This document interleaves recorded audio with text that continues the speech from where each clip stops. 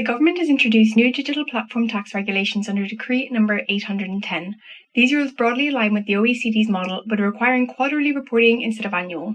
The regulations target platforms operating in e-commerce, live streaming, short video monetization, and even non-resident platforms offering digital services in China.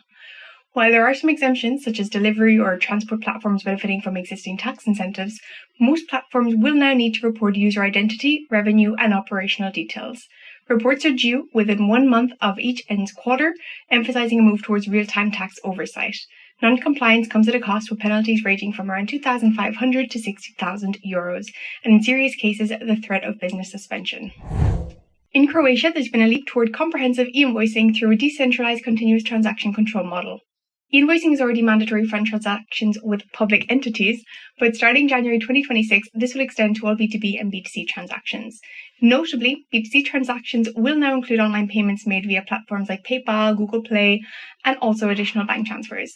A phased rollout plan is planned, so test environments for B2B and B2G will go live September 2025, with full reporting mandates for VAT taxpayers starting January 1st, 2026. Even non-VAT taxpayers will gradually come under the umbrella, so required to first receive and later to issue e-invoices by 2027. A new e-reporting service will also let buyers reject incoming invoices, adding another layer of transparency. At the European Union level, technical updates have been issued for the EM 16931 standard, laying the groundwork for future alignment among member states. In France, the focus is on use cases, so the government has now published applicable B2B scenarios under its ongoing electronic invoicing reform. The use cases are available via AFNOR and provide clarity for businesses preparing for implementation. Greece has issued clarifications around the digital issuance and reporting of stock movement documents via the MyData platform. The new guidance outlines specific roles like sender, carrier, and third-party storage, and provides real examples of compliant reporting scenarios. Exemptions are carved out for goods sent for repair, waste materials, and certain agricultural products. Penalties for non-compliance range from €500 to €1,000 depending on accounting system type, and also the detailed instructions are included for offline procedures during network outages. Latvia has made a significant adjustment. While B2G e-invoicing remains on track for January 2026, the deadline for mandatory B2B e-invoicing has been pushed back by 2 years, now set for 2028. Businesses will also be allowed to submit e-invoices voluntarily via the National e-address system starting March 2026. The postponement is aimed at giving smaller businesses more time to adapt, acknowledging the technological readiness gap. Malaysia has also updated its rollout timeline. Smaller companies with annual revenue between RM 1 million and RM 5 million will be required to begin invoicing from January 2026.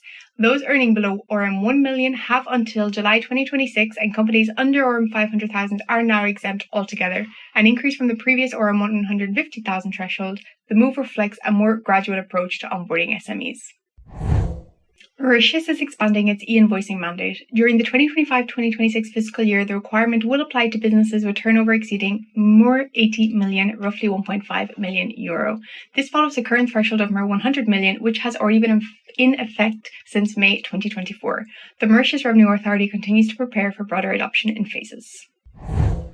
Pakistan has granted businesses more time. Corporate taxpayers now have until July 1st, 2025, and non-corporate taxpayers until August 1st, 2025 to comply with mandatory e-invoicing integration. This marks the second deadline extension and reflects ongoing implementation challenges. Poland is pushing ahead with its KSEF 2.0 reform. On June 17th, the Council of Ministers approved the second draft of the new e-invoicing legislation. The draft includes provisions for offline invoice issuance, GDPR compliance, and the ability to attach supporting documents. Since the API documentation has now gone live, allowing companies and software providers to begin testing.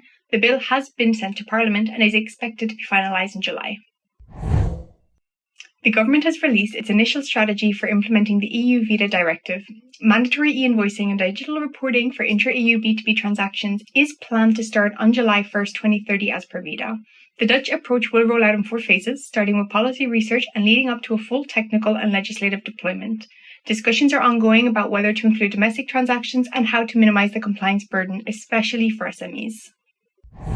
PEPL released its PINT AE specifications for the UAE. 2 document types, PINT AE billing and PINT AE self-billing, are now available, supporting greater interoperability in the region's digital trade system.